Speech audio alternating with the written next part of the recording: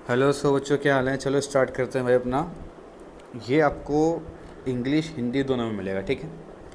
Unit 1 के अंदर 4 chapters हैं, उन चारों की समरी इसके अंदर है जो भी आपके एग्ज़ाम में क्वेश्चन पूछ रहे हैं, ठीक है। सो स्टार्ट करते हैं अपना एटॉमिक स्ट्रक्चर। यहाँ से कुछ ये एक्सपेक्टेड टॉपिक्स हैं, ठीक है। इसके ऊपर मैं एक अलग से वीडियो बना दूँ तो आप वहाँ पर देख लेना। मेन हम अपने चैप्टर्स पे चलते हैं। सबसे पहला टॉपिक आता है डाल्टन्स की एटॉमिक थ्योरी, ठीक है। भाई ध्यान से सुनना, डाल्टन्स की एटॉमिक थ्योरी आपको क्या बोलती है। सबसे पहला लिखा हुआ कि जो एलिमेंट्स होते हैं वो किसके बने होते हैं, आपके छोटे छोटे पार्टिकल्स के, जिसको हम क्या बोलते हैं, एटम्स बोलते हैं, ठीक है। दूसरी बात, जितने भी एटम्स होते हैं उन सब का वो सब मतलब एक तरीके से आइडेंटिकल होते हैं, ठीक है। डिफरेंट एलिमेंट्स का डिफरेंट टाइप्स ऑफ एटम्स होंगे। जैसे हाइड्रोजन है, हाइड्रोजन का अपना कुछ एटॉमिक नंबर होगा। हीलियम, हीलियम की अपनी कुछ अलग प्रॉपर्टीज़ होगी, उसका अपना एक अलग एटॉमिक नंबर होगा। तो वो सब चीज़ें आइडेंटिकल्स हैं, कोई एक दूसरे से मिसमैच नहीं कर रहा है, ठीक है। तीसरी बात, इसने ये चीज़ समझाई कि जो एटम्स होते हैं उनको ना तो हम बना सकते हैं ना उन्हें हम तोड़ सकते हैं। लेकिन आगे चल के वाली बात गलत साबित हुई, क्योंकि इलेक्ट्रॉन्स प्रोटॉन्स भी डिस्कवर्ड हुए, ठीक है।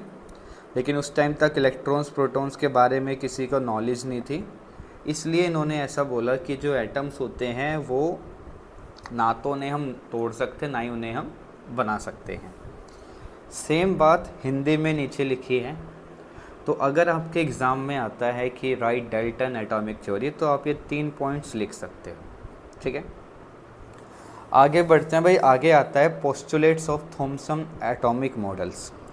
अब पहला पोस्टुलेट क्या था इसका, कि जो एटम होता है वो बना होता है पॉजिटिव चार्ज स्फेयर का, जिसके अंदर इलेक्ट्रॉन्स एम्बेडेड होते हैं। भाई एम्बेडेड मतलब होता है कि कहीं कहीं पर इलेक्ट्रॉन्स पाए जाएंगे, ठीक है। जैसे यहाँ पर एक स्ट्रक्चर देखो आप, तो इसी स्ट्रक्चर को भाई वाटरमेलन मॉडल भी बोला जाता है। तो ये जो वाटरमेलन मॉडल है, इसमें आप देखोगे ये जो बीज हैं इसके, ये वाले बीज, इनको क्या नाम दिया जाएगा, इलेक्ट्रॉन्स। और ये बाकी सारा पार्ट, ये सारा क्या हो जाएगा आपका पॉजिटिव वाला। तो कुछ इस तरीके से ही आपका एटम होता है। आप यहाँ पे देख सकते हो, बीच में हर जगह कहाँ क्या पाएगा आपको, पॉजिटिव जाएगा, और कहीं कहीं पे आपको इलेक्ट्रॉन्स मिल रहे होंगे।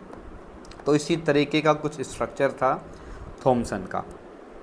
दूसरी बात, इन्होंने एक चीज़ समझाई कि जो एटम होता है वो कैसा होता है भाई, इलेक्ट्रिकली न्यूट्रल होता है। अब कोई चीज़ अगर न्यूट्रल है, इसका मतलब कि उसके अंदर इलेक्ट्रॉन्स और प्रोटॉन्स दोनों सेम सेम हैं, ठीक है। ये चीज़ इन्होंने समझाई, और इन्होंने अपने मॉडल को वाटरमेलन से भी भाई कंपेयर करा, जो आपको भी समझाया यहाँ पर, ठीक है। सीड्स को नेगेटिव मान लोगे, बाकी सारे पार्ट को पॉजिटिव आप एज्यूम करोगे। तो ये 2 पॉइंट्स से भाई आपके थॉमसन के एटॉमिक मॉडल्स के। अब थोड़ा आगे बढ़ते हैं। यही चीज़ें भाई हिंदी में लिखी हुई है, तो ये हिंदी मीडियम वाले बच्चों के लिए भी मददगार रहेगी थोड़ी चीज़ें, ठीक है। अब एक चीज़ सुनना ध्यान से कि ये मॉडल फेल क्यों हुआ।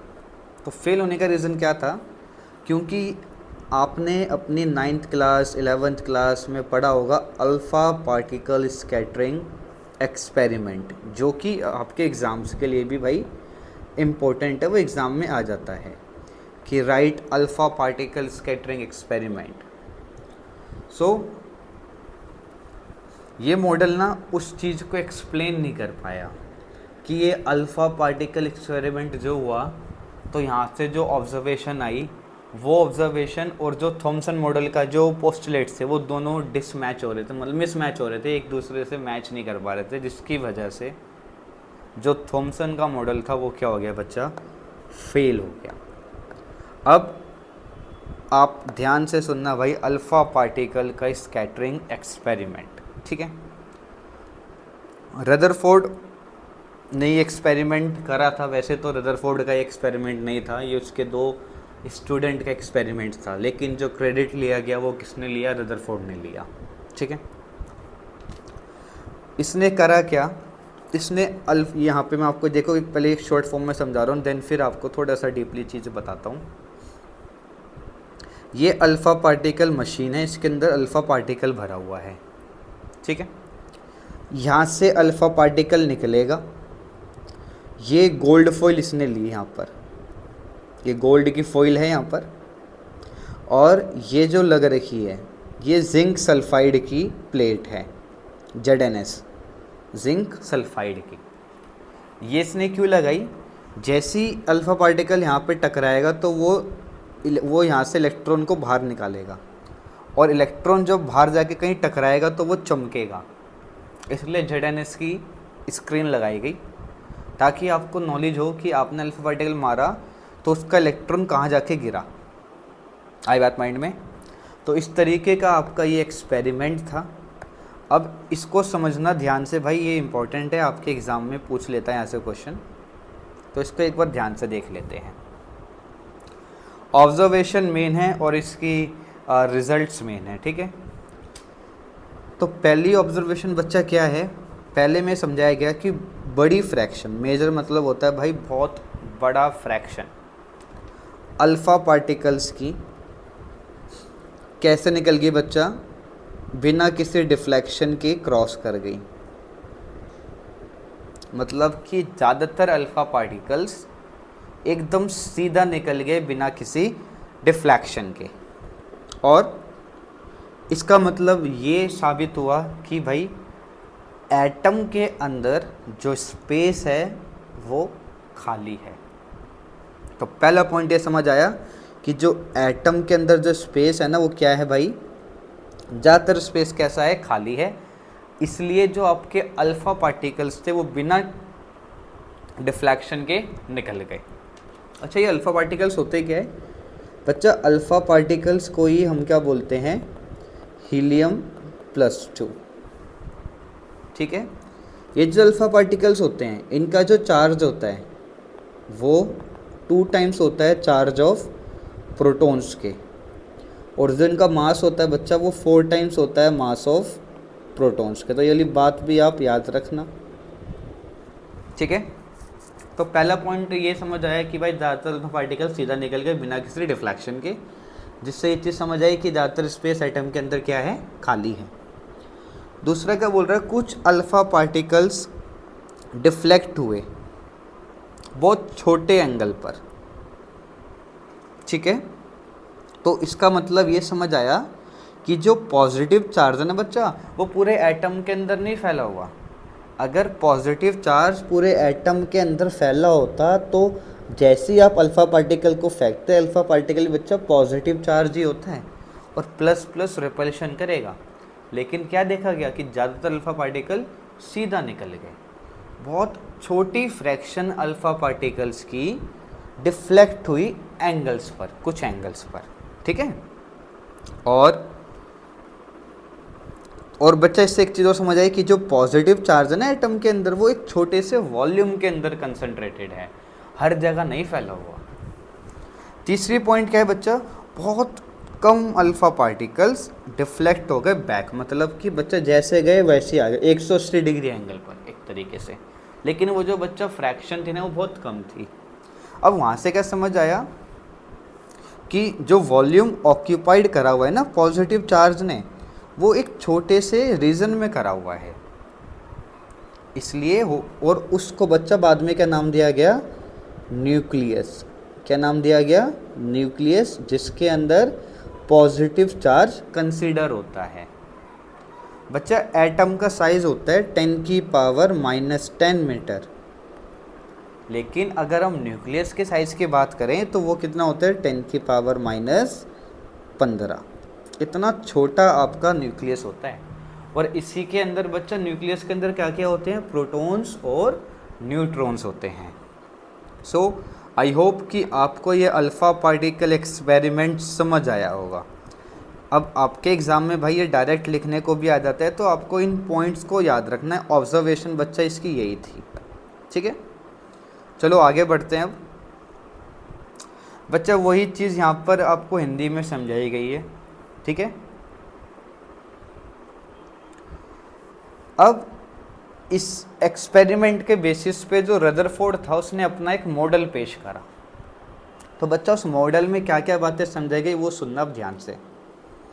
उसने आपको बोला कि जो पॉजिटिव चार्ज है और ज़्यादातर मास एटम का वो कंसंट्रेटेड है, मतलब कि एक छोटे से वॉल्यूम के अंदर रखा गया है, और उसको बच्चा हम क्या नाम दे रहे हैं, न्यूक्लियस नाम दे रहे हैं। तो न्यूक्लियस क्या है बच्चा, न्यूक्लियस एक छोटा सा रीजन है एटम के अंदर जिसके अंदर एटम का सारा मास कंसंट्रेटेड है, और उस न्यूक्लियस के अंदर बच्चा क्या क्या होता है, प्रोटॉन्स और न्यूट्रॉन्स, ठीक है। फिर रदरफोर्ड के मॉडल ने बच्चा एक चीज़ और प्रपोज करी, मतलब एक चीज़ बताई कि जो नेगेटिव चार्ज इलेक्ट्रॉन होते हैं वो न्यूक्लियस के सराउंडेड में घूम रहे होते हैं। जैसे आप यहाँ डायग्राम में देखो बच्चा, ये बीच में क्या है आपका, न्यूक्लियस है, ये वाला रीजन आपका क्या है, न्यूक्लियस है।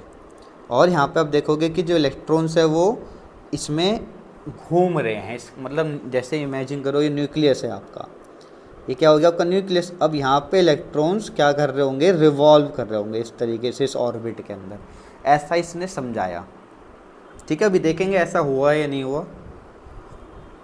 फिर बच्चा इसने एक चीज़ और आपको क्लेम करी कि जो इलेक्ट्रॉन्स होते हैं न्यूक्लियस के सराउंडेड में वो घूमते हैं बहुत हाई स्पीड में सर्कुलर पाथ पर, और उसको इसने क्या नाम दिया बच्चा, ऑर्बिट्स नाम दिया। मतलब जैसे इसके अंदर ये घूम रहा है ना, तो इसका नाम क्या दे देगा, ये ऑर्बिट्स, ठीक है, या इसका नाम क्या दे देगा, ये ऑर्बिट्स। आई बात माइंड में। फिर क्या बोल रहे हैं बच्चा, तीसरा पॉइंट, कि जो इलेक्ट्रॉन्स हैं वो नेगेटिव चार्ज होते हैं, मतलब कि जो इलेक्ट्रॉन होता है उसके ऊपर कैसा चार्ज होता है बच्चा, नेगेटिव चार्ज होता है, ठीक है। और जो न्यूक्लियस होता है उसके अंदर क्या होता है बच्चा, mass of positive charge by strong electric force of attach. अच्छा ये चीज़ मैं आपको समझाता हूँ भाई, इसका मतलब क्या है, देखो एक बार यहाँ पे समझना ध्यान से। क्या बोलना चाह रहा है बच्चा कि ये जो इलेक्ट्रॉन्स होते हैं, इलेक्ट्रॉन्स पे कौन सा चार्ज होता है, नेगेटिव चार्ज होता है, ठीक है। और इधर होता है बच्चा आपका न्यूक्लियस, न्यूक्लियस के अंदर कौन सा चार्ज होता है बच्चा, मोस्टली पॉजिटिव चार्ज होता है, क्योंकि न्यूक्लियस के अंदर दो चीज़ होती हैं, प्रोटॉन्स और न्यूट्रॉन्स। न्यूट्रॉन्स के ऊपर कोई चार्ज नहीं होता, प्रोटॉन्स के ऊपर पॉजिटिव चार्ज होता है, जिसकी वजह से न्यूक्लियस के ऊपर भी पॉजिटिव चार्ज आ जाता है।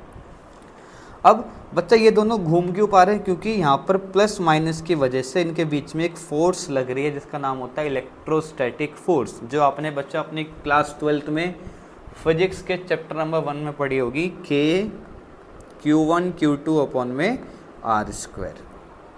तो उस फोर्स की वजह से बच्चा क्या हो रहा है कि जो इलेक्ट्रॉन है, जो न्यूक्लियस है ना, वो एक दूसरे से बाउंड कर रखा है, मतलब एक दूसरे से पकड़ रखा है इन्होंने एक दूसरे को, ठीक है। अब आगे बढ़ते हैं, थोड़ा सा समझते हैं फिर। अब बच्चा इसकी कुछ लिमिटेशंस थी, ठीक है। आपके ये आपके इग्नू के सिलेबस में ना बहुत मेन बातें टॉपिक्स रखे हुए हैं, सारे टॉपिक्स नहीं रखे हुए आपके, ठीक है। तो ध्यान से देखना भाई, लिमिटेशंस क्या थी इसकी। सबसे पहली बात भाई, एटम स्टेबल क्यों होते हैं, समझा नहीं पाया ये, ठीक है। दूसरी बात भाई, इलेक्ट्रॉन्स की अरेंजमेंट कैसी होगी। अब आपने पढ़ा है बच्चा, पहले में 2 आते हैं, फिर 8 आते हैं, फिर 8 आते हैं, फिर 16 आते हैं, फिर 32, ये सब आपने पढ़ रखा है, लेकिन उस टाइम पे ये समझा ही नहीं पाया कि किस ऑर्बिट में कितने इलेक्ट्रॉन्स होते हैं और कहाँ पर पाए जाते हैं। तीसरी बात बच्चा, क्वांटम मैकेनिक्स होती है, और बाद में पता क्या हुआ, इन्हें पहले लगता था कि जो इलेक्ट्रॉन्स होता है उसका एक ही नेचर होता है, लेकिन बाद में समझ आया कि भाई इलेक्ट्रॉन्स तो डुअल नेचर दिखाता है। जब डुअल नेचर समझ आया तो फिर टॉपिक आता है क्वांटम मैकेनिक्स, लेकिन ये क्वांटम मैकेनिक्स का एक भी टॉपिक को एक्सप्लेन नहीं कर पाया। तो मेन इसके बच्चे ये 3 लिमिटेशंस थी जिसकी वजह से बेचारा रदरफोर्ड का मॉडल भी फेल हो गया, ठीक है। चलो अब आगे बढ़ते हैं। फिर आया बच्चा आपके पास बोर का एटॉमिक मॉडल। अब ये बोर का एटॉमिक मॉडल ने क्या बताया बच्चा, इसने बोला कि जो इलेक्ट्रॉन्स होते हैं वो एग्जिस्ट करते हैं कुछ ऑर्बिट्स में। हर जगह इलेक्ट्रॉन्स नहीं पाएगा, इसने बस एक चीज़ बोली कि भैया इलेक्ट्रॉन्स मिलेगा लेकिन हर जगह नहीं मिलेगा, कुछ स्पेशल ऑर्बिट्स में मिलेगा। और जिन स्पेशल ऑर्बिट्स में मिलेगा उसको इसने नाम दिया स्टेशनरी ऑर्बिट्स। अब उन ऑर्बिट्स की भाई कुछ खासियत और भी थी, ठीक है। तो पहली बात तो उसने क्या नाम दिया उसको भाई, स्टेशनरी ऑर्बिट्स नाम दिया।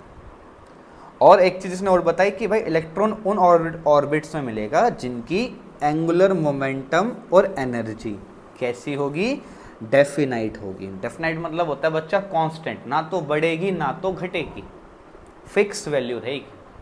उन ऑर्बिट्स के अंदर ही आपको इलेक्ट्रॉन्स मिलेगा और उस ऑर्बिट को क्या नाम दिया जाएगा, स्टेशनरी ऑर्बिट्स, ठीक है।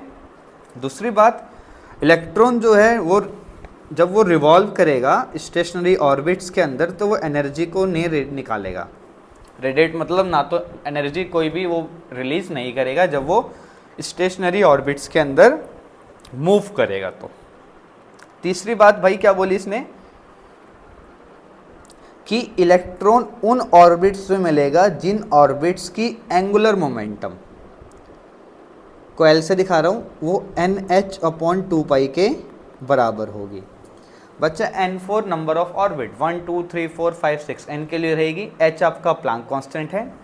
बच्चा L को हम एंगुलर मोमेंटम बोलते हैं जिसका फॉर्मूला होता है mvr। तो यहाँ से कभी कभी न्यूमेरिकल्स बन जाता है mvr = NH/2π। तो ये चीज़ बच्चा आप याद रखना, ये आपके कभी कभी न्यूमेरिकल्स से आ जाते हैं। तो ये थी भाई पोस्टुलेट्स बोर के एटम मॉडल्स के, ठीक है। आपके एग्जाम में पोस्टुलेट्स पूछ लेता है तो आप पोस्टुलेट्स पे थोड़ा सा अच्छा फोकस रखना। पहली बात तो मॉडल्स पे रखना, थॉमसन वाला नहीं पूछता इतना, लेकिन बाकी रदरफोर्ड और बोर का पूछ लेता है आपके एग्ज़ाम में। ये बच्चा वो हिंदी वालों के लिए आप इसका स्क्रीनशॉट ले सकते हो। अब कुछ बातें सुनना ध्यान से, ये फॉर्मूला अभी मैंने आपको समझाया है, ठीक है। जहाँ पे बच्चा m क्या है, मास है, v क्या है, वेलोसिटी है, h क्या है बच्चा, प्लैंक कांस्टेंट है, r क्या है, रेडियस है ऑर्बिट का, n क्या है बच्चा, नंबर ऑफ ऑर्बिट्स है। बच्चा आपके सिलेबस में 4 ऑर्बिट्स होती हैं, k l m n। k के लिए n की वैल्यू 1, l के लिए 2, m के लिए 3, n के लिए 4 रहेगी। आई बात माइंड में। चलो भाई अब थोड़ा सा आगे बढ़ते हैं। अभी एक वीडियो और आएगी इस यूनिट 1 के जिसके अंदर हम सारे क्वेश्चंस देखेंगे अपनी बुक के, ठीक है बच्चा। अब एक बात और सुनना ध्यान से, जो बोर था उसने एक्सप्लेन करा कि एटम स्टेबल क्यों होता है और हाइड्रोजन का स्पेक्ट्रम। अगेन बच्चा ये आपके लिए इम्पॉर्टेंट है, हाइड्रोजन एटम का spectrum, spectral series of hydrogen atom, ठीक है। अब एक चीज़ और सुनना ध्यान से, चौथा पॉइंट बच्चा उसका पोस्टुलेट्स का, हर एक स्पेक्ट्रल लाइन प्रोड्यूस होगी सिंगल इलेक्ट्रॉन से, मतलब एक इलेक्ट्रॉन एक स्पेक्ट्रल लाइन देगा, ठीक। जब इलेक्ट्रॉन जंप करेगा एक ऑर्बिट से दूसरी में तो बच्चा क्या करेगा, रेडिएशन करेगा डेफिनेट फ्रीक्वेंसी की, इज एमिटेड और एब्जॉर्ब।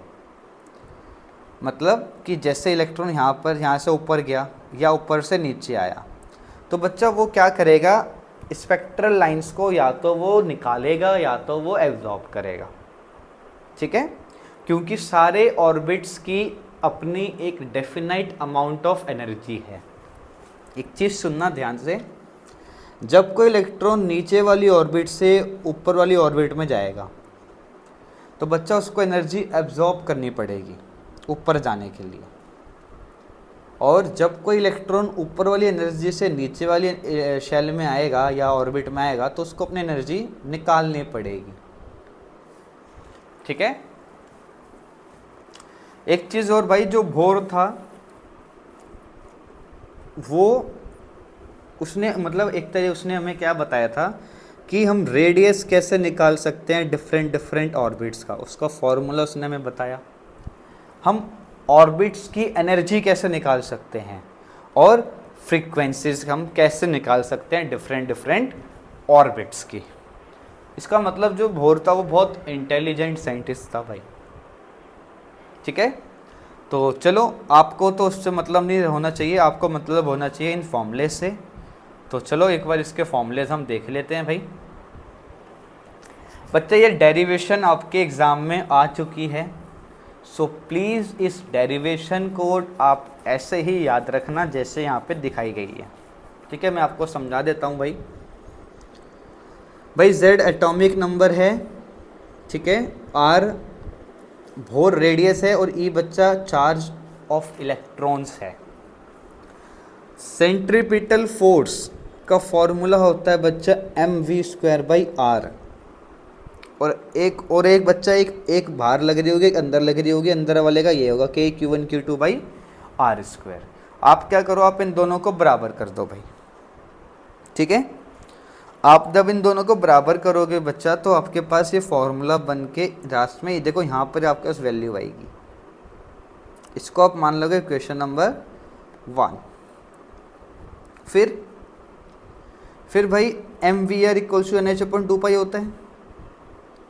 अब यहाँ से आप r की वैल्यू जो यहाँ पे r है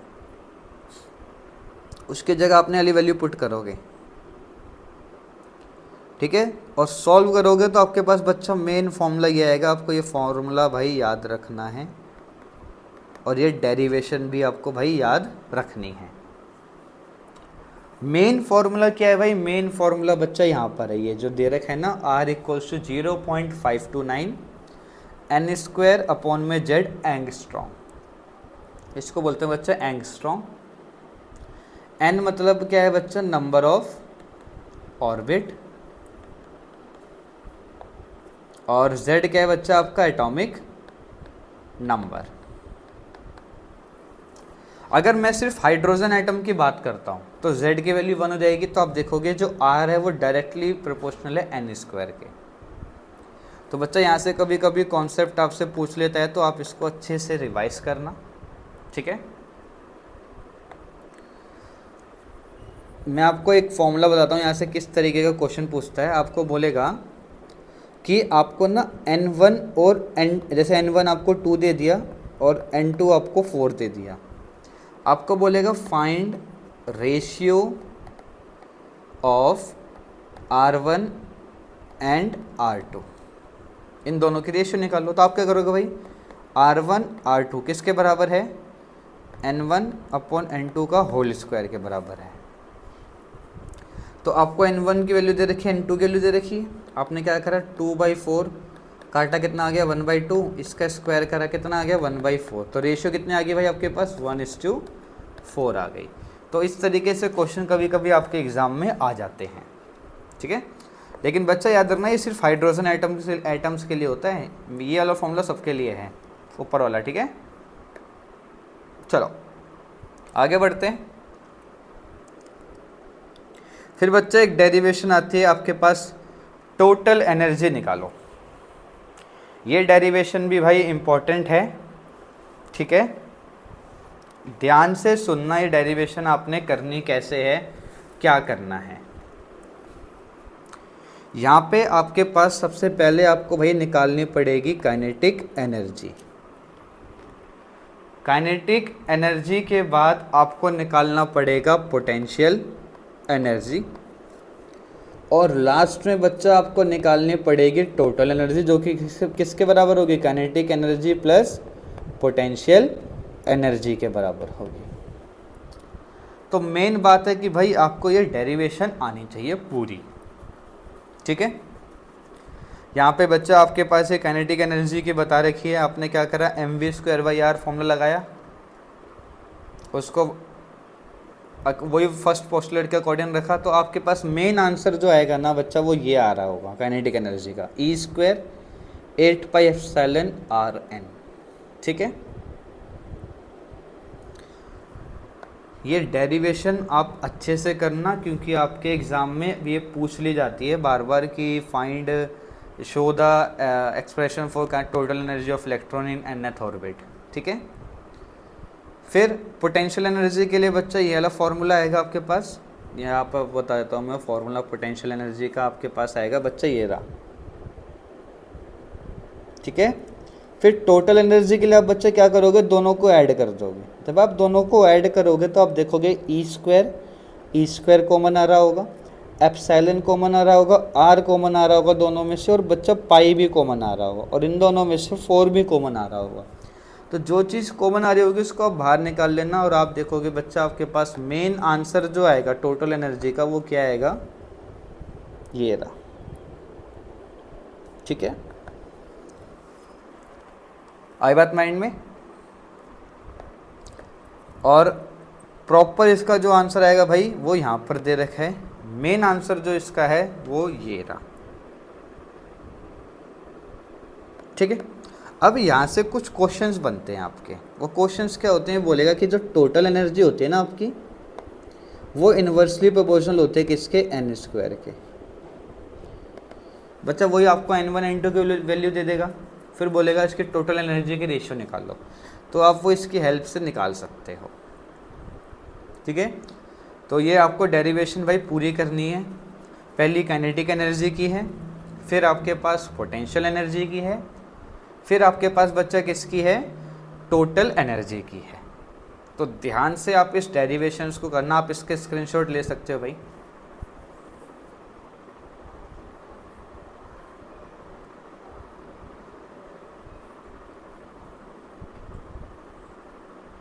चलो, अब एक और इम्पोर्टेंट टॉपिक पे चलते हैं भाई, जो कि आपके एग्ज़ाम्स के लिए एकदम इम्पोर्टेंट टॉपिक है, हाइड्रोजन एटम स्पेक्ट्रम। ठीक है, अभी यहाँ पर आपको कुछ बातें याद रखनी है। जैसे एक होती है बच्चा लाइमन सीरीज़, एक होती है बाल्मर सीरीज़, एक होती है पास्चन सीरीज़, एक होती है ब्रैकेट, और एक होती है बच्चा पी फाइंड। ठीक है, ये 5 सीरीज़ होती हैं स्पेक्ट्रल सीरीज़, यही आपको भाई याद रखनी है। तो चलो इनको एक बार देखते हैं ध्यान से, मैं आपको यहीं पे समझा देता हूँ इन सब के बारे में। जब हम बच्चा लाइमन की बात करते हैं, लाइमन सीरीज़ की, तो लाइमन सीरीज़ में क्या होता है, n1 की वैल्यू तो फिक्स रहती है, कितनी, 1, और n2 की वैल्यू बेटा क्या क्या हो सकती है, 2 भी हो सकती है, 3 भी हो सकती है, 4 भी, कहाँ तक बच्चा, इन्फिनिटी तक। दूसरी बात, जो बच्चा आपकी लाइमन सीरीज़ होती है ना, वो एक रीज़न दिखाती है, इसका नाम क्या होता है, अल्ट्रा वायलेट। तो ये बात आपको याद रखनी है, कभी कभी पूछ लेता है कि लाइमन सीरीज के अंदर किस तरह का रीजन शो होता है, तो आपका आंसर क्या होगा भाई, अल्ट्रा वायलेट रीजन शो होता है। ठीक है, फिर दूसरी सीरीज कौन सी होती है बच्चा, बाल्मर। कौन सी होती है, बाल्मर सीरीज। अब बाल्मर सीरीज के अंदर n1 की वैल्यू फिक्स रहती है, कितनी, 2, और n2 कितना हो सकता है भाई, 3, 4, 5, कहाँ तक बच्चा, इन्फिनिटी तक कुछ भी हो सकता है आपका। ठीक है, बाल्मर सीरीज के अंदर। और बाल्मर सीरीज का जो रीजन होता है वो कैसा होता है बच्चा, उसको हम बोलते हैं विजिबल रीजन। कैसा रीजन होता है, विजिबल रीजन। ये बातें आपको याद रखनी है, आपने 11th क्लास में पढ़ी भी होंगी सब बातें ना। तीसरा आता है बच्चा पास्चन सीरीज, पास्चन सीरीज। अब इस पास्चन सीरीज में रीजन कैसा होता है आपका, इंफ्रारेड होता है, इंफ्रारेड रीजन। और इसके अंदर बच्चा n1 कितना होता है, n1 की वैल्यू इसमें 3 होती है, और n2 की वैल्यू कितनी हो सकती है भाई, 4, 5, 6, कहाँ तक, इन्फिनिटी तक। ठीक है, ऐसे ही बच्चा फोर्थ कौन सा होता है आपके पास, ब्रैकेट। क्या होता है, ब्रैकेट, BRACKET, ब्रैकेट। ब्रैकेट के अंदर जो आपका n1 होता है वो तो फिक्स रहता है, कितना, 4, और n2 कितना होता है भाई, 5, 6 7 कहाँ तक, इन्फिनिटी तक। और बच्चा इसके अंदर भी कैसा रीजन होता है, सेम रीजन होता है, कौन सा, इंफ्रारेड। और फिर बच्चा लास्ट सीरीज आती है आपके पास कौन सी, P fund. P fund series के अंदर जो N1 होता है वो कितना होता है, 5, और N2 कितना हो सकता है, 6 7 8 9 कहाँ तक, इन्फिनिटी तक। और इसके अंदर रीजन कैसा होता है आपका, अगेन बच्चा इंफ्रा रेड होता है। तो ये चीज़ें आपको भाई याद रखनी है, ठीक है। फिर बच्चा इसमें न्यूमेरिकल्स आता है आपका कि फाइंड करो वेव नंबर। तो वेव नंबर किसके बराबर होता है, 1/λ के बराबर होता है आपका वेव नंबर। और इस वेव नंबर का फॉर्मूला क्या होता है बच्चा, R 1 में N1 स्क्वायर माइनस 1 में N2 स्क्वायर। और एक चीज़ बच्चा याद रखना, हमेशा N2 की वैल्यू ग्रेटर देन होगी किससे, N1 से। तो कभी भी अगर आपको वेव नंबर या वेवलेंथ निकालने को बोले, वेव नंबर के लिए तो बच्चा अलग फॉर्मूला है, वेवलेंथ के लिए जो भी फॉर्मूला आएगा उसको फिर आप रिवर्स कर देना तो आपके पास वेवलेंथ आ जाएगी। क्यों, क्योंकि जो आपका बच्चा वेव नंबर होता है ना, वो वेवलेंथ का ये फॉर्मूला होता है, ठीक है। ये आपका वेव नंबर है, ये आपकी वेव लेंथ है, और this is your wave number, ठीक है। अब बच्चे जो R होता है इसको बोलते हैं हम रेडबर्ग कांस्टेंट, जिसकी वैल्यू आपको याद रखनी है, कितनी होती है, 1.097 इंटू 10⁻7।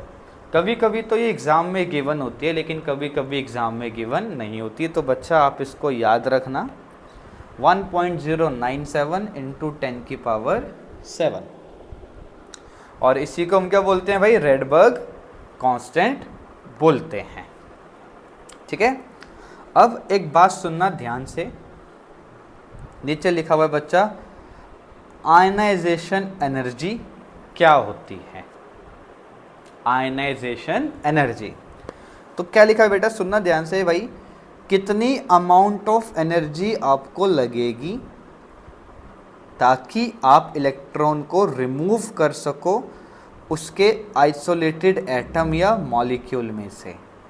मतलब सिंपल सी बात में समझा भाई, आयनाइजेशन एनर्जी वो एनर्जी होती है जो हम किसी इलेक्ट्रॉन को देते हैं ताकि वो अपने एटम में से बाहर निकल जाए।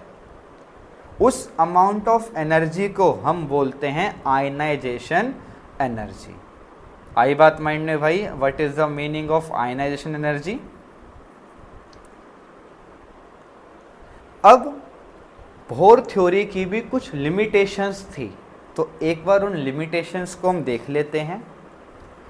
पहला पॉइंट है कि बोर थ्योरी के हिसाब से जो एंगुलर मोमेंटम है वो कभी ज़ीरो नहीं होती, लेकिन अगर हम n1 स्टेट की बात करते हैं तो उस स्टेट में n1 स्टेट मतलब जब फर्स्ट ऑर्बिट की अगर हम बात करें तो बच्चा उसमें क्या होता है, जो इलेक्ट्रॉन होता है उसकी ज़ीरो एंगुलर मोमेंटम होती है। तो ये इसकी लिमिटेशंस में आ गया, क्योंकि उसने ऐसा कहा कि कभी जीरो नहीं होगी, लेकिन यहाँ देखा गया हाइड्रोजन एटम के स्पेक्ट्रम में कि n1 स्टेट में इलेक्ट्रॉन्स की एंगुलर मोमेंटम ज़ीरो है। फिर सेकंड में क्या लिखा हुआ था भाई, मल्टी स्पेक्ट्रा, मतलब अगर एक इलेक्ट्रॉन आ रहा है तो वो एक स्पेक्ट्रल लाइन देगा, उसको ये समझा पा रहा था हाइड्रोजन एटम में। लेकिन हीलियम, सोडियम, इन सब में जब ये एक्सपेरिमेंट करा गया तो मल्टी इलेक्ट्रॉन्स थे, तो बहुत सारी स्पेक्ट्रल लाइन्स आ रही थी, लेकिन भाई ये समझा ही नहीं पाया कि इतने सारे स्पेक्ट्रल लाइन्स कहाँ से आ गई, क्या इसका लॉजिक है, कुछ नहीं पता इसे। आई बात माइंड में। तीसरा पॉइंट क्या है, इस थ्योरी के हिसाब से ये भाई बता ही नहीं पाया कि मॉलिक्यूल फॉर्म कैसे होता है। आपने पढ़ा है मॉलिक्यूल्स होते हैं, कंपाउंड्स होते हैं, वो फॉर्म कैसे हुए ये बेचारा समझा ही नहीं पाया। और लास्ट में बेटा वेव प्रॉपर्टीज इलेक्ट्रॉन्स की, बाद में समझ आया कि इलेक्ट्रॉन जो होता है वो एज अ वेव की मतलब एज अ वेव नेचर दिखाता है। क्यों दिखाता है भाई वेव नेचर? नो आइडिया, नहीं समझा पाया, जिसकी वजह से बच्चा ये मॉडल भी आपका इतना वैलिड नहीं रहा, और ये आज की लिमिटेशंस थी। ठीक है, सो आई होप कि आपको ये चारों लिमिटेशन समझ आई हो। अब थोड़ा सा आगे बढ़ते हैं। बच्चा एक इफेक्ट होता है, इसका नाम होता है ज़ीमैन इफेक्ट। क्या नाम होता है? ज़ीमैन इफेक्ट। और ये आपके एग्जाम में पूछ लिया जाता है कि what is the meaning of Zeeman effect. तो बच्चा ज़ीमैन इफेक्ट क्या होता है? स्प्लिटिंग मतलब टूटना। किसका बच्चा? स्पेक्ट्रल लाइंस का। कब? जब एटम प्लेस रखे, जब हम किसी एटम को रखेंगे कहाँ पे? स्ट्रॉन्ग मैग्नेटिक फील्ड में। मतलब क्या बोलना चाह रहा है बच्चा? जब आप किसी एटम को ना स्ट्रॉन्ग मैग्नेटिक फील्ड में रखोगे तो जो उसकी स्पेक्ट्रल लाइंस होते हैं वो टूटने लगती हैं, और उस इफ़ेक्ट को हम क्या बोलते हैं? ज़ीमैन इफ़ेक्ट बोलते हैं। ठीक है भैया, ये अभी आपके लिए इम्पोर्टेंट है, ये क्वेश्चन पता है एग्ज़ाम में आ रहे हैं आजकल, तो इनको आप याद रखना। मैं आपको बताता हूँ कैसे आपको क्या चीज़ रखनी है। अगर आपको बच्चा n गिवन है और फाइंड करने को बोल रहा है l, क्या बोला? अगर आपको n गिवन है, जैसे n2 है और बोल रहा है फाइंड करो अब इसका l, तो आप क्या करोगे कि जो n का फॉर्मूला जो होता है 0 से लेकर n-1 तक, l की वैल्यू लाई करेगी 0 से लेकर n-1 तक। तो एक तो बच्चा 0 हो जाएगी, n के लिए कितनी है? 2, 2 में से 1 गया तो 1, तो 1 क्या होगी? 1। तो ये 2 वैल्यू होगी किसकी आपके पास? l की। ऐसे ही अगर बच्चा एक क्वेश्चन आपको और दिया जाए, वैसे आपको बोला गया कि n की वैल्यू 4 है, अब आप l की वैल्यू फाइंड करो, तो आपने क्या बोला? इसके लिए कहाँ से कहाँ तक जाएगी? 0 से लेकर n-1, मतलब 4 में से 1 गया तो 3 तक। तो क्या क्या लिखोगे? 0 लिखोगे, 1 लिखोगे, 2 लिखोगे और 3 लिखोगे। तो ये किसकी वैल्यू होगी बच्चा? ये आपके l की वैल्यू हो गई। तो ये क्वेश्चन एग्ज़ाम में आ जाता है, तो इसको आप अच्छे से देखना एक बार। ठीक है, फिर क्या बोल रहे हैं भाई? अगर l गिवन है और फाइंड करना है मैग्नेटिक क्वांटम नंबर, ये क्वेश्चन अलग है, ये अलग है। तो अब जैसे इमेजिन करो भाई, आपको l की वैल्यू मैंने दे दी 5, चलो बड़ी हो जाएगी वैल्यू। l की वैल्यू बेटा जैसे मैंने आपको दे दी 2, अब मैं बोलूँ इसका चलो मैग्नेटिक क्वांटम नंबर निकालो, तो आप बोलोगे इसकी वैल्यू कहाँ? मैग्नेटिक क्वांटम नंबर की वैल्यू बच्चा कहाँ से कहाँ तक होती है? -l से लेकर +l तक, मतलब कि -2 से लेकर +2 तक। अब जो भी नंबर आता है सारे लिख दो, -2, -1, 0, 1, 2। तो ये किसकी वैल्यू होगी बच्चा आपके? ये आपके पास हो गई मैग्नेटिक क्वांटम नंबर की वैल्यू हो गई। ठीक है, तो ये वैल्यूज़ आपकी निकलेंगी इस तरीके से। ये दोनों क्वेश्चन बच्चा आपके एग्ज़ाम में आ जाते हैं, तो आप इसको ध्यान से करना। चलो भाई अब आगे बढ़ते हैं। ज़ीमैन इफेक्ट समझ आ गया ना? सिंपल सा है कि जब आप किसी एटम को रखते हो स्ट्रॉन्ग मैग्नेटिक फील्ड में, तो उसकी जो स्पेक्ट्रल लाइंस होती है वो टूटने लगती है। उसी इफेक्ट को क्या नाम दिया जाता है? ज़ीमैन इफेक्ट नाम दिया जाता है। अब आगे क्या है भाई? आगे आपको बोल रहा है नेचर ऑफ रेडिएशन। अब एक बात सुनना बच्चा, यहाँ पे टॉपिक आता है EM वेव्स। ई मतलब इलेक्ट्रिक फील्ड बोल देता हूँ मैं आपको, और बच्चा M मतलब मैग्नेटिक फील्ड। इन दोनों के कॉम्बिनेशन को बोला जाता है बच्चा EM वेव्स, जिसके अंदर 2 फील्ड होती हैं, इलेक्ट्रिक फील्ड और मैग्नेटिक फील्ड। ठीक है, समझाते हैं भाई कैसे क्या होना है। आप देखोगे बच्चा, ये जो ब्लू वाली है, ये ब्लू वाली, ये आपकी कौन सी फील्ड है? मैग्नेटिक फील्ड है। और बच्चा जो आपकी रेड वाली है, रेड वाली कौन सी फील्ड है? आपकी इलेक्ट्रिक फील्ड है। ठीक है, और ये जो बच्चा ये वाली डी है, ये आपकी डायरेक्शन है कि इसकी नेट वेव किस तरफ जा रही है। ठीक है, ई इलेक्ट्रिक फील्ड और मैग्नेटिक फील्ड बच्चा ये दोनों आपस में परपेंडिकुलर होती हैं, मतलब इन दोनों के बीच का एंगल कितना होता है भाई? 90 डिग्री का होता है। ठीक है, अभी यहाँ से कुछ टॉपिक्स हैं बेटा, ये आपको पढ़े भी रखोगे आपने, एक बता देता हूँ मैं आपको। पहला होता है बच्चा वेवलेंथ। वेवलेंथ मतलब होता है बच्चा दो waves, sorry length of a one wave. क्या होता है बच्चा? Length of a one wave. अब यहाँ पे जो लिखा हुआ है उसको भी मैं समझा देता हूँ आपको, इसका मतलब क्या होता है। इधर एक बार डायग्राम में आना, ठीक है बच्चा। देख, इस पॉइंट को बोलते हैं क्रस्ट। क्या बोलते हैं? क्रस्ट। ये वाला पॉइंट भी क्या हो जाएगा आपका? क्रस्ट हो जाएगा, ठीक है बच्चे। जो नीचे वाला पॉइंट होता है इसको बोलते हैं ट्रफ। क्या बोलते हैं? ट्रफ। और इस पॉइंट को भी क्या बोलते हैं हम? ट्रफ। जहां से वेव बच्चा दोबारा रिपीट हो जाए, जहां से वेव दोबारा रिपीट हो जाए वहां तक के डिस्टेंस को हम बोलते हैं वन वेवलेंथ। जैसे बच्चा ये वेव यहाँ से स्टार्ट हुई, ये गई ऐसे, ये गई। अब देखो यहाँ से रिपीट नहीं हो रही, ये तो नीचे जा रही, तो ये भी आप मानोगे यहाँ तक। अब आप देखोगे इस पॉइंट पे अगेन वैसे पॉइंट आ जाएगा, यहाँ से अगेन रिपीट हो रही है। तो यहाँ से लेकर यहाँ तक के डिस्टेंस को हम क्या बोलेंगे? वेवलेंथ, जिसको लैम्डा से दिखाते हैं। एक तो बच्चा डेफिनेशन होती है, दूसरी होती है कि दो क्रस्ट, सक्सेसिव क्रस्ट के बीच के डिस्टेंस को भी वेवलेंथ बोला जाता है। और बच्चा एक डेफिनेशन उसकी और होती है कि दो ट्रफ के बीच के डिस्टेंस को भी हम क्या मानेंगे? वेवलेंथ मानेंगे। तो मेन आपको वही भाई जो आपको अच्छे लगे वो आप याद रख लो, ठीक है। वेवलेंथ मतलब होता है एक वेव की लेंथ, सिंपल सी बात, ठीक है। चलो अब आगे बढ़ते हैं भाई। अगला है फ्रीक्वेंसी। फ्रीक्वेंसी मतलब होता है कि एक सेकंड में कितनी वेव्स हुई, नंबर ऑफ वेव्स पर सेकंड, उसको बच्चा हम क्या बोलेंगे? फ्रीक्वेंसी बोलेंगे, ठीक है। अभी फ्रीक्वेंसी मतलब इक्वल्स टू 1/t, आप ऐसे याद रख सकते हैं। बच्चों यहाँ पे एक फॉर्मूला दिया हुआ है जो आपने पढ़ा भी होगा, लैम्डा इक्वल्स टू c/v। यहाँ पे लैम्डा तो वेवलेंथ है, c मतलब speed of light in air. अच्छा, एयर के अंदर कितनी स्पीड होती है भाई लाइट की? 3 × 10⁸ मीटर पर सेकेंड होती है। और बच्चा v मतलब क्या? Speed of light in medium. Imagine करो आपके पास एक न्यूमेरिकल है, आपको बोलेगा वेवलेंथ निकालो एक पार्टिकल्स की जब मैंने उसको किसी मीडियम के अंदर किसी स्पीड से भेज दिया है। तो बच्चा c की वैल्यू तो आपको याद रखनी है, v की वैल्यू वो एग्ज़ाम में देगा, और लैम्डा फिर आप उस हिसाब से निकाल सकते हो। अपोजिट भी दे सकता है बच्चा, आपको लैम्डा दे दे, बोलेगा स्पीड निकालो मीडियम में कितनी होगी, तो फिर आप इसको इंटरचेंज करके आंसर निकाल सकते हो। तो इतना तो समझ आता होगा हमें कैसे क्या इंटरचेंज करना होता है। बच्चा टाइम पीरियड क्या होता है कि कितना टाइम लगा एक वेव्स को कंप्लीट होने में।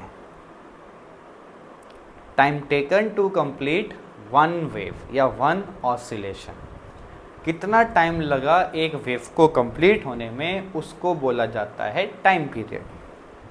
बच्चा वेव नंबर क्या होता है? अभी समझाया, वेव नंबर वेवलेंथ का रेसिप्रोकल होता है। इसको वेव नंबर को ऐसे दिखाएंगे 1/λ। आई बात माइंड में भाई? चलो आगे बढ़ते हैं। अब जब हम बच्चा पार्टिकल नेचर ऑफ रेडिएशन पढ़ेंगे तो हम 3 टॉपिक को पढ़ने वाले हैं, जो अगेन बच्चा ये इंपॉर्टेंट है, यहाँ से क्वेश्चन आपके एग्जाम में पूछ लेता है कि what is the meaning of black body radiation, photoelectric effect and atomic spectra, ठीक है। तो 3 पढ़ने हैं, ब्लैक बॉडी रेडिएशन, फोटोइलेक्ट्रिक और एटॉमिक स्पेक्ट्रा। तो चलो भाई इसको भी एक बार जल्दी से समझ के ख़त्म करते हैं। सबसे पहला है बच्चा ब्लैक बॉडी रेडिएशन। अब ये ब्लैक बॉडी रेडिएशंस क्या होती है, ध्यान से सुनना।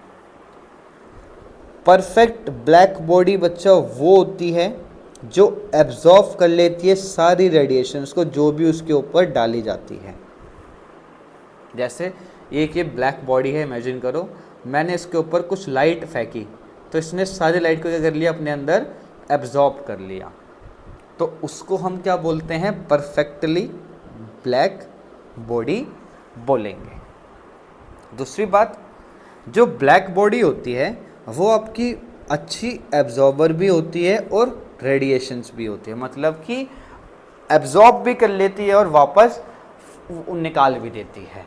जो आपकी ब्लैक बॉडी होती है वो दोनों काम करते हैं, मतलब जैसे एक इमेजिन करो बॉडी है, जितनी लाइट इसने एब्जॉर्ब करी उतनी लाइट ये निकाल भी देगी। ये चीज़ यहाँ पे समझाई जा रही है आपको, ठीक है। सिर्फ ब्लैक बॉडी होती है जो रेडिएट, मतलब जो निकालती है मैक्सिमम अमाउंट ऑफ एनर्जी। सिर्फ ब्लैक बॉडी ये काम करती है। और जो ब्लैक बॉडी होती है ना, वो किस पर डिपेंड करती है भाई? टेम्परेचर पर डिपेंड करती है। सो आपके एग्जाम्स के लिए अगर आए कि एक्सप्लेन ब्लैक बॉडी रेडिएशन, बच्चा आप ये 4 पॉइंट भी लिख दोगे ना तो इनफ है। आई बात माइंड में? तो एक बार सिंपल समझ लेते हैं what is the black body radiation. तो परफेक्टली ब्लैक बॉडी बच्चा वो होती है जो सारी फ्रीक्वेंसी की लाइट को एब्जॉर्ब कर लेती है, और जो बच्चा ब्लैक बॉडी होती है वो एब्जॉर्ब भी कर लेती है और रेडिएट भी कर देती है सेम अमाउंट ऑफ फ्रीक्वेंसी को। जितनी एब्जॉर्ब करेगी उतनी ही वापस निकाल देगी, और सिर्फ ब्लैक बॉडी ही रेडिएट करती है मैक्सिमम अमाउंट ऑफ एनर्जी को। और लास्ट में क्या है बच्चा, किस पे डिपेंड करती है? ये आपके टेम्परेचर पे डिपेंड करती है। सो आई होप कि आपको ये ब्लैक बॉडी रेडिएशन समझ आई हो भाई। चलो आगे बढ़ते हैं। अब ये वही हिंदी में ब्लैक बॉडी रेडिएशन समझाया गया आपको, ठीक है। आप इसका स्क्रीनशॉट ले सकते हो भाई। अब आता है बच्चे इसके बाद आपका फोटो इलेक्ट्रिक इफेक्ट। ये फोटो इलेक्ट्रिक इफेक्ट क्या होता है इसको भी एक बार ध्यान से सुनना। देख यहाँ समझाता हूँ मैं आपको what is the meaning of photo electric effect. बच्चा आपके पास एक ये मेटल का सरफेस है। किसका सरफेस है आपका? ये मेटल सरफेस है, ठीक है। आपने इसके ऊपर कुछ इलेक्ट्रॉन्स या कुछ फोटॉन्स या कोई लाइट फेंकी, तो आप देखोगे जैसे ही आप किसी मेटल सरफेस के ऊपर फोटॉन्स को इंसिडेंट कराते हो तो उसमें से इलेक्ट्रॉन्स निकलना स्टार्ट हो जाएगा, और इसी इफेक्ट को हम क्या बोलते हैं? फोटो इलेक्ट्रिक इफेक्ट बोलते हैं। तो what is the meaning of photo electric effect? भाई मेटल के सरफेस के ऊपर आप ना एक लाइट को इंसिडेंट करा रहे हो, जिसकी वजह से क्या हो रहा है कि मेटल की सरफेस से इलेक्ट्रॉन बाहर निकल रहे हैं, इजेक्टेड आउट हो रहे हैं, और उसी प्रोसेस को नाम होता है फोटो इलेक्ट्रिक इफेक्ट। अब एक बार इसकी डेफिनेशन से इसको समझते हैं, ठीक है।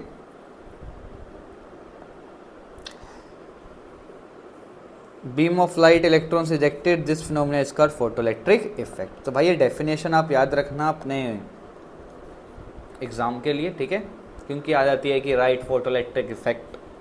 अब इसमें बेटा कुछ चीज़ें होती है, ध्यान से सुनना।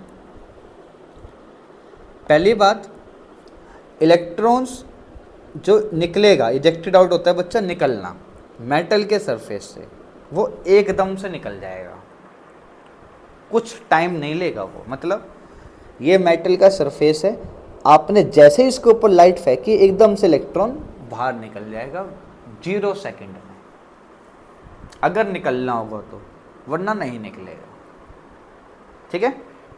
दूसरी बात, number of electron ejected out, वो किस पर डिपेंड करेगा? इंटेंसिटी या ब्राइटनेस ऑफ लाइट पर। मतलब बच्चा जितनी ज़्यादा ब्राइट लाइट फेंकोगे उतने ज़्यादा इलेक्ट्रॉन्स बाहर निकलेंगे, और जितनी डार्क लाइट फेंकोगे उतने कम इलेक्ट्रॉन्स बाहर निकलेंगे मेटल के सरफेस से। आई बात माइंड में भाई? चलो अब आगे बढ़ते हैं।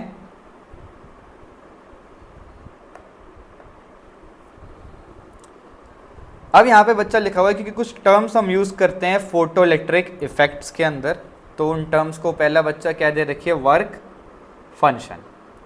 कि ये वर्क फंक्शन क्या होता है, तो इसको ध्यान से सुनते हैं भाई।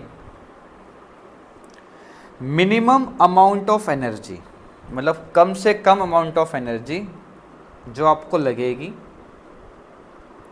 इलेक्ट्रॉन को बाहर निकालने में मेटल सरफेस से, उसको क्या नाम दिया जाएगा भाई? वर्क फंक्शन नाम दिया जाएगा। अब बच्चे जो वर्क फंक्शन होता है ना, ये क्या होता है कि कितनी एनर्जी लगी इलेक्ट्रॉन को इजेक्टेड आउट कराने में, ठीक है। उस एनर्जी का नाम क्या होता है? मिनिमम एनर्जी का नाम वर्क फंक्शन होता है। बच्चा इसी वर्क फंक्शन को हम क्या बोलते हैं, थ्रेशोल्ड एनर्जी या बाइंडिंग एनर्जी भी बोलते हैं। और तीसरी बात बच्चा, ये जो आपका वर्क फंक्शन होता है या बाइंडिंग एनर्जी होता है या जो थ्रेशोल्ड एनर्जी होता है, ये डिपेंड किस पे करता है, आपकी आयनाइजेशन एनर्जी पर डिपेंड करता है। आई बात माइंड है भाई, क्या चीज़ हो रही है। तो ये आपका था वर्क फंक्शन, ठीक है।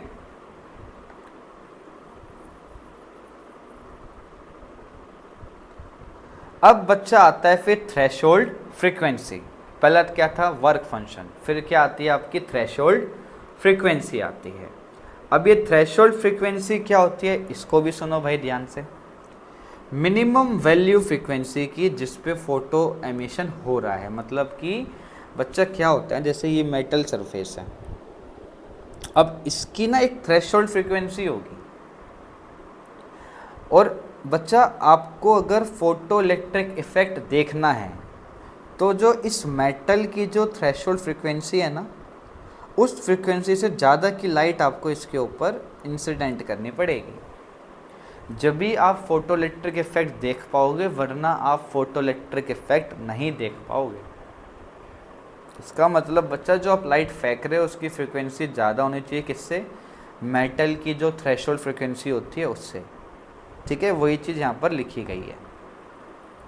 और अगर कम हुई तो बच्चा यहाँ पे एक चीज़ रीज़न लिखा हुआ है कि there is no photo emission, मतलब कि आप फोटो इलेक्ट्रिक इफेक्ट देख ही नहीं पाओगे, ठीक है।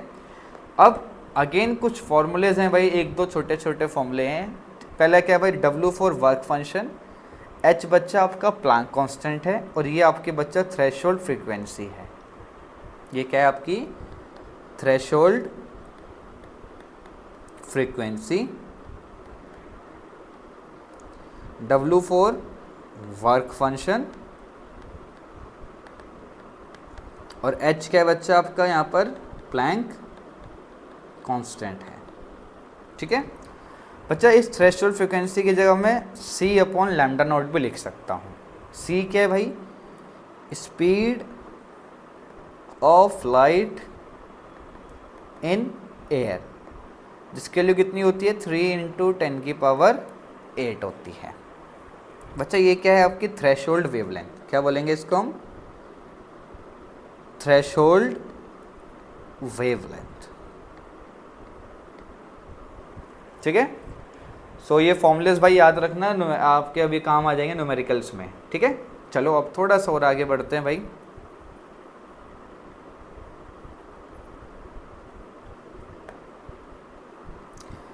अगेन आ गया था आपके पास थ्रेशोल्ड वेवलेंथ, तो आपको समझा दिया पहले ही, ठीक है। फिर आता है बच्चा इंटेंसिटी। इंटेंसिटी मतलब क्या होता है बच्चा, इंटेंसिटी का फॉर्मूला क्या है, एनर्जी अपॉन में एरिया अपॉन में टाइम। तो बच्चा एक तो ये फॉर्मूला होता है इंटेंसिटी, और एक ये फॉर्मूला होता है, ठीक है। तो आप इसके फॉर्मूले याद रखना मेन, और न्यूमेरिकल्स टकरा जाता है कभी तो उसको सॉल्व करने में काम आएगा आपको। फिर बच्चे ये होता है डी ब्रॉगली रिलेशन, जो अगेन आपके लिए भाई इंपॉर्टेंट है, डी ब्रॉगली का रिलेशन। अब ये डी ब्रॉगली रिलेशन क्या होता है, इसको सुनो भाई ध्यान से। बच्चे ये फॉर्मूला होता है, ये आपकी वेवलेंथ है, ठीक है, ये आपका प्लैंक कांस्टेंट है, ये आपके बच्चा मोमेंटम है, ठीक है। तो ये फॉर्मूला आ जाएगा lambda equals to H upon में P। बच्चा P इक्वल्स टू MB होता है, तो वही आप लिख सकते हो ये फॉर्मूला भी। तो मेन ये दोनों फॉर्मूलेज हैं, ये भी और ये वाला भी। यहाँ से वही बच्चों न्यूमेरिकल्स आने के मोस्टली चांस है, आपको बोल सकता है कि राइट डी ब्रॉगली रिलेशन, तो आपको दोनों फॉर्मूलेज लिखने पड़ेंगे एक एक नंबर में, ठीक है। उसके बाद आता है हीज़नबर्ग का अनसर्टेनिटी प्रिंसिपल। अब ये हीज़नबर्ग का अनसर्टेनिटी प्रिंसिपल क्या बोलता है, एग्जैक्ट मतलब कि एकदम 100% श्योर वाली पोजीशन, उसको नाम क्या दिया जाएगा, एग्जैक्ट पोजीशन और मोमेंटम। किसी भी मूविंग पार्टिकल्स का हम कैलकुलेट नहीं कर सकते भाई, किसी फिक्स टाइम पर। हीजनबर्ग ने सिंपल सी बात बोली कि भाई एग्जैक्ट वैल्यू मोमेंटम की और एग्जैक्ट पोजीशन किसी भी मूविंग पार्टिकल्स का हम एक फिक्स टाइम पर कि 2 सेकंड पे बताओ ये मूविंग पार्टिकल्स कहाँ पर था और इसकी मोमेंटम क्या थी, ये हम फाइंड नहीं कर सकते। ये चीज़ किसने समझाई हमें? हीजनबर्ग के अनसर्टेनिटी प्रिंसिपल ने समझाई। इसलिए बच्चा इसने एक फॉर्मूला दिया, डेल्टा एक्स डेल्टा पी या तो बराबर होगा या बड़ा होगा किसके? एच अपॉन में 4 पाई के। जहाँ पे बच्चा डेल्टा एक्स क्या है? पोजीशन का में कितना चेंज, अनसर्टेनिटी मतलब होता है कि चेंज, ठीक है। डेल्टा पी बच्चा मोमेंटम की अनसर्टेनिटी है, एच मतलब ब्लैंक कांस्टेंट है, डेल्टा वी मतलब बच्चा अनसर्टेनिटी इन वेलोसिटी। तो आपसे कोई बोले कि भाई ये हीजनबर्ग ने क्या बोला, तो आप सिंपल सी बात बोलना, हीजनबर्ग ने एक चीज़ समझाई कि भाई कोई ना मूविंग पार्टिकल है, फास्ट मूविंग पार्टिकल है, और अगर मेरे को कोई फिक्स टाइम दे दे या कोई गिवन टाइम दे दे कि इस टाइम पे बताओ इसकी मोमेंटम क्या है या इसकी पोजीशन क्या है, तो वो हम फाइंड नहीं कर सकते हैं। ये चीज़ हमें हीजनबर्ग ने समझाई थी, ठीक है। अब धीरे धीरे करके बच्चा हम अपने लास्ट कॉन्सेप्ट पे आ रहे हैं। बच्चे यहाँ से भाई आपके एग्ज़ाम में क्वेश्चन आ रहे हैं, मैं आपको अगेन बोल रहा हूँ, ये क्वांटम नंबर अच्छे से पढ़ के जाना, इसमें N L magnetic quantum number वाले क्वेश्चन आपके एग्ज़ाम में पूछ लिए जाते हैं, ज़्यादा मुश्किल नहीं आते, जो बता रहा हूँ बस उतना याद रखो। जैसे बच्चा एन दे देगा, एन आपको दे देगा और बोलेगा एल निकालो, तो उसके लिए भी आपको समझा एल का फॉर्मूला क्या होता है, 0 से लेकर n-1 तक। ऐसी बच्चा मैग्नेटिक क्वांटम नंबर निकालने को बोलेगा तो क्या होता है, -L से लेकर +L तक। बस ये 2 ही तो आपको याद रखने हैं भाई, ठीक है। अब देखो यहाँ पे ध्यान से देखो भाई, देखो सुनना ध्यान से, इस टेबल को आपको समझाता हूँ, ये टेबल क्या बोलना चाह रहा है। अगर बच्चा n की वैल्यू 1 है तो L की वैल्यू 0 हो जाएगी, M की वैल्यू भी 0 हो जाएगी, और वो कौन सी ऑर्बिटल दिखा रहा होगा बच्चा, 1s दिखा रहा होगा।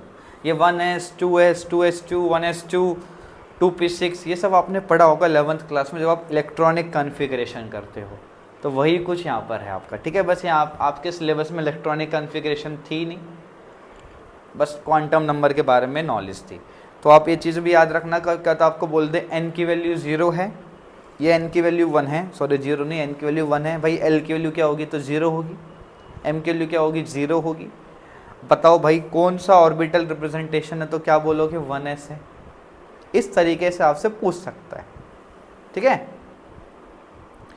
अब बच्चा n की वैल्यू 2 है तो 2 वैल्यू हो सकती है, या तो 0 या तो 1 होगी तो m की वैल्यू बच्चा ये हो सकती है, और इस कंडीशन में इसको हम क्या बोलेंगे, 0 होगी तो 2s बोलेंगे, और 1 के लिए क्या बोलेंगे बच्चा 2p बोलेंगे। ऐसी 3 होगी तो 3 वैल्यूज आ सकती है, 0 1 2 L की वैल्यू, M की वैल्यू बच्चा ये आ सकती है, और इसको हम क्या बोलेंगे 3D बोलेंगे। अगर बच्चा M की वैल्यू 0 है, देख मैं आपको एक चीज़ और समझाता हूँ, M की वैल्यू अगर आपकी 0 है, चलो इसे मैं बताता हूँ, तो यहाँ पे देखना, यहाँ पे देखो अगर n की वैल्यू कितनी है 4 है n की वैल्यू, तो L की वैल्यू क्या क्या हो सकती है आपकी 0 1 2 3 ये 4 हो सकती है। M की वैल्यू बच्चा 0 होगी तो 0, 1 होगी तो ये हो सकती है, 2 होगी तो ये हो सकती है, 3 होगी तो ये सब हो सकती है। लेकिन इतना आपको डीपली याद नहीं रखना, आपको सिंपल सी बात बताता हूँ वो आप याद रखना भाई, ठीक है।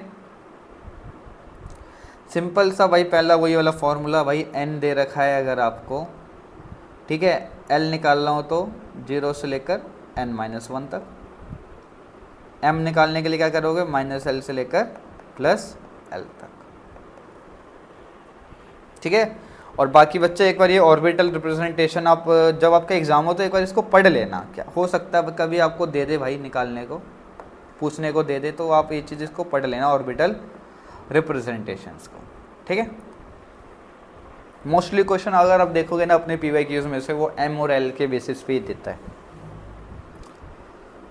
अब भाई एक चीज़ और सुनना ध्यान से भाई, अगर L की वैल्यू 0 है तो उसको आप रिप्रेजेंट करोगे S से, अगर 1 है तो क्या हो जाएगा बच्चा P, 2 है तो क्या हो जाएगा D, और 3 है तो क्या हो जाएगा F तक आपको याद रखना है, ठीक है। L की वैल्यू 0 तो कौन सा ऑर्बिटल, S ऑर्बिटल। L की वैल्यू 1 तो कौन सा ऑर्बिटल, P ऑर्बिटल। L की वैल्यू 2 तो कौन सा ऑर्बिटल बच्चा, D ऑर्बिटल। L की वैल्यू 3 तो कौन सा ऑर्बिटल, F ऑर्बिटल, ठीक है। तो इसको बस इसको ही देख लेना, जो ऊपर वाला है ना ये वाला, इसको आप एक बार इसको, ठीक है भाई। चलो अब बच्चे ये ना कुछ डेफिनेशन है जो आपके एग्जाम में पूछ लिया थे, तो भाई आप इनको डायरेक्ट याद रखना, अपनी लैंग्वेज में मत लिख कर आना, ये चारों आप याद रख लो क्योंकि एग्जाम में आ जाती है। Write the definition of principal quantum number, azimuthal quantum number, magnetic quantum number, spin quantum number, ठीक है। तो आप इसको अच्छे से भाई याद रखना डेफिनेशंस को। अब ये क्या है भाई, ये ना कुछ डायग्राम्स हैं, जैसे s ऑर्बिटल होता है वो कैसा दिखता है, p ऑर्बिटल कैसा दिखता है, तो ये आपकी बुक्स में दे रखे थे, इसलिए बस आप इनको नॉर्मली देख लो, ये इनकी शोमेंट कैसे होती है, ठीक है। ये आपके d ऑर्बिटल्स हैं, और बच्चा ये आपके f ऑर्बिटल्स हैं। तो ये आपकी पूरी यूनिट 1 थी, जो भी बच्चा इंपॉर्टेंट था आपके लिए वो इतना ही था यूनिट 1 में से। ऐसी बच्चे की आपकी यूनिट 2 की वीडियो आएगी जिसमें आपके पास सारी बुक का एक समरी दे दी जाएगी कि आपको भाई ये चीज़ आप अच्छे से पढ़ लेना, ठीक है। और बाकी अभी इसके क्वेश्चंस की भी वीडियो डालते हैं, जितने भी बुक्स के क्वेश्चन हैं उनके आंसर आपको कैसे लिखने हैं, आई बात माइंड में। तो आप इस चैनल को भाई सब्सक्राइब कर देना, अपने दोस्तों में शेयर कर देना। मिलते हैं भाई नेक्स्ट वीडियो में। Goodbye, take care and best of luck for your exams.